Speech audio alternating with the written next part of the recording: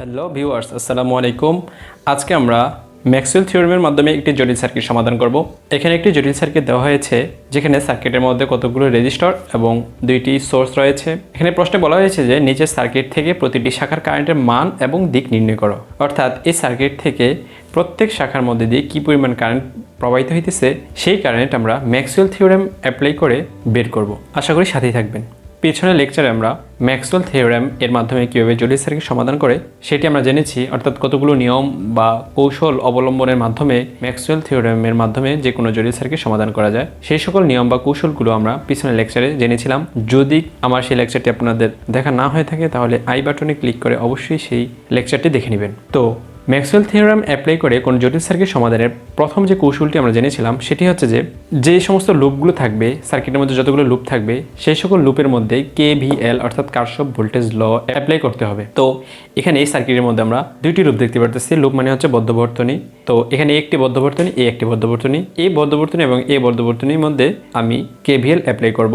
KVL থেকে আমরা জেনেছিলাম, অর্থাৎ কারশফ ভোল্টেজ ল থেকে আমরা জেনেছিলাম যে কোনো বদ্ধ বর্তনী বা লুপের মধ্যে অবশ্যই KVL অ্যাপ্লাই করতে হয়। এই বদ্ধ বর্তনী বা এই লুপের মধ্যে KVL অ্যাপ্লাই করব। তো KVL অ্যাপ্লাই করতে হলে তার জন্য আমাকে লুপ নিতে হবে। তো আমি এই লুপটি ক্লকওয়াইজ বা অ্যান্টি ক্লকওয়াইজ যে কোনো একদিকে নিতে পারি। তো আমি এখানে ক্লকওয়াইজ নিচ্ছি এবং এটার নাম দিলাম I1 কারেন্ট। অনুরূপভাবে এখানেও একটি লুপ নিতে হবে, যেহেতু এটি একটি বদ্ধ বর্তনী, এটিও ক্লকওয়াইজ নিচ্ছি আমি এবং এটার নাম দিলাম I2। এখন আমি লিখতে পারি যে A B D A লুপে KVL অ্যাপ্লাই করে। কারশফ ভোল্টেজ ল সম্পর্কে পিছনে আমার একটি লেকচার রয়েছে। যদি KVL বা কারশফ ভোল্টেজ ল সম্পর্কে কারো কোনো প্রবলেম থাকে তাহলে আমার পিছনে লেকচারটি দেখে আসতে পারে। তো কারশফ ভোল্টেজ ল থেকে আমরা জেনেছিলাম যে কোনো বদ্ধ বর্তনী বা লুপের ভোল্টেজ ড্রপ এবং সোর্সের ভোল্টেজ এর বীজগাণিতিক যোগফল 0। তো আমি এখান থেকে যদি শুরু করি, এখান থেকে এখানে আসার পরে এই রেজিস্টারের মধ্যে বা লোডের মধ্যে ভোল্টেজ ড্রপ হবে। তো ভোল্টেজ ড্রপ অর্থাৎ ভি বের করার সূত্র হচ্ছে V = IR। তো এখানে এর মধ্যে দিয়ে এই I1 কারেন্ট প্রবাহিত হবে, তাই এখানে I হচ্ছে I1 এবং R হচ্ছে 40 ওহম। এবং এটা এই যে থেকে যাইতেছে অর্থাৎ এদিকে যাইতেছে। তো কোন লোডের মধ্যে দিয়ে যখন কারেন্ট ঢুকে সেটা পজিটিভ হয়ে ঢুকে এবং নেগেটিভ হয়ে বের হয়। তো আমি দ্বিতীয় সাইন নিয়ে করব। তো দ্বিতীয় সাইন যেহেতু নেগেটিভ তাই লিখতে পারি।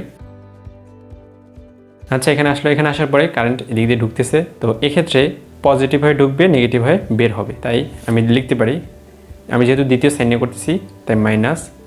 তো ভোল্টেজ ড্রপের সূত্র আমরা জানি V = IR। তো এখানে একটি জিনিস মনে রাখতে হবে, সেটা হচ্ছে যে R আগে লিখবো, R হচ্ছে 20 ওহম ইন্টু I হবে হচ্ছে আমি যে লুপ নিয়ে করবো সেইটা মাইনাস এর সাথে সংশ্লিষ্ট যে লুপটি থাকবে সেইটা মধ্যে দিয়ে প্রবাহিত কারেন্ট। অর্থাৎ এখানে আমি এই লুপ নিয়ে যেতে করতেছি, তো এই লুপের কারেন্ট হচ্ছে I1 কারেন্ট, তাই I1 লিখবো এখানে মাইনাস এর সাথে সংশ্লিষ্ট যে লুপ, অর্থাৎ এর সাথে সংশ্লিষ্ট লুপ হচ্ছে এই লুপ এবং এই লুপের মধ্যে যে কারেন্ট প্রবাহিত হতেছে অর্থাৎ I2, সেটা হবে মাইনাস I2। এই জিনিসটাই খুব ভালোভাবে মনে রাখতে হবে। আচ্ছা, তারপর এখানে আসলো, এখানে আসার পরে এখানে আসবে দ্বিতীয় সাইন পজিটিভ, প্লাস 150 ভোল্ট = 0। এখন আমি এটাকে সিম্পলিফাই করে নিব, অর্থাৎ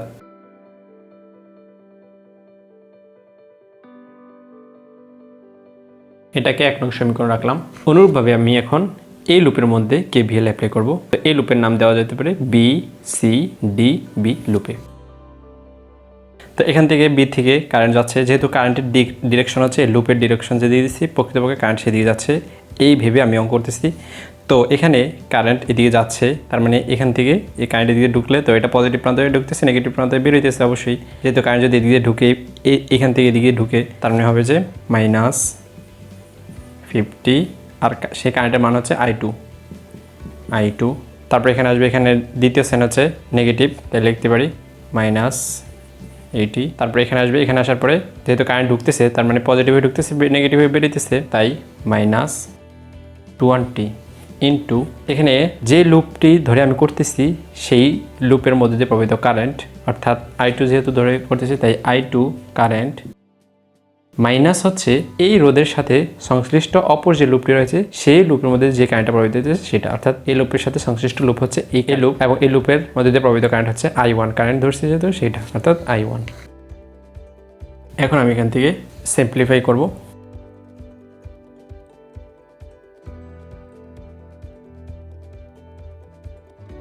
এটাকে আমি 2 নং সমীকরণ দিলাম। প্রিয় দর্শক, এখন আমি এই দুটি সমীকরণ থেকে ইকুয়েশনের মাধ্যমে ক্যালকুলেশন করে খুব সহজেই I1 এবং I2 এর মান বের করে নিব। প্রথমে আমি ক্যালকুলেটরকে অন করে নিব, তারপরে এখানে ক্যালকুলেটর মোড অপশন রয়েছে, এই মোড অপশনে চাপবো। সেখান থেকে ইকুয়েশন দেওয়া আছে 5 নম্বরে, তো 5 চাপবো এখানে। তারপরে আমার সমীকরণটির মতো মিল আছে, এরকম যে সমীকরণটি দেখা যাচ্ছে অর্থাৎ 1 নং সমীকরণটি অনেকটা আমার সমীকরণের মতো মিল আছে, তো আমি এখানে 1 চাপবো।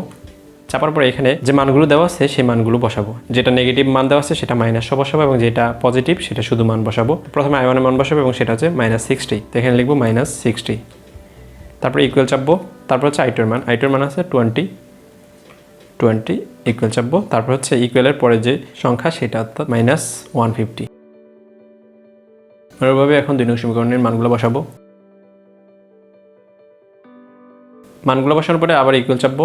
এখন যে মানটা আসবে সেটা হচ্ছে I1 এর মান, অর্থাৎ I1 সমান লিখতে পারি 2.34 অ্যাম্পিয়ার। এরপর আবার ইকুয়াল চাপবো, যে মানটা আসবে সেটা হচ্ছে I2 এর মান। প্রিয় দর্শক, এভাবে ক্যালকুলেশনের মাধ্যমে I1 এবং I2 এর মান বের করে নেব। এখানে একটি জিনিস বোঝার আছে, সেটা হচ্ছে যে এখানে I1 এর মান হচ্ছে পজিটিভ এবং I2 এর মান নেগেটিভ আসছে। এই I1 বা I2 বা যে কারেন্ট আমি বের করব সেই কারেন্টের মান যদি নেগেটিভ আসে কোন একটি, সেটা দ্বারা এটা বুঝতে হবে যে আমি যেদিকে কারেন্টের লুপ নিয়েছি, অর্থাৎ আমি যেদিকে কারেন্টের দিক দিয়েছি এখানে এই লুপের মধ্যে, প্রকৃতপক্ষে কারেন্ট সেদিকে যাবে না, বরং তার বিপরীত দিকে প্রবাহিত হবে। অর্থাৎ I2 এর কারেন্ট এখানে নেগেটিভ আসছে, তার মানে I2 লুপ যেদিকে ধরছিলাম, এই যে এখান থেকে এদিকে ধরছিলাম, কারেন্ট আসলে সেদিকে যাবে না, বরং কারেন্ট তার বিপরীত দিকে প্রবাহিত হবে। অর্থাৎ কারেন্ট এই সোর্স থেকে বের হয়ে এদিকে যাবে, এরপর এদিকে আসবে এবং তারপর নেগেটিভ প্রান্তে আসবে, এদিকে যাবে না। প্রিয় দর্শক, এভাবেই কোনো জটিল সার্কিটে ম্যাক্সওয়েল থিওরেম অ্যাপ্লাই করে খুব সহজে আমি যে কোনো ব্রাঞ্চ এর মধ্যে দিয়ে প্রবাহিত কারেন্ট এর মান এবং দিক নির্ণয় করতে পারি। প্রিয় দর্শক, আশা করি সমাধানটি বুঝতে পেরেছেন।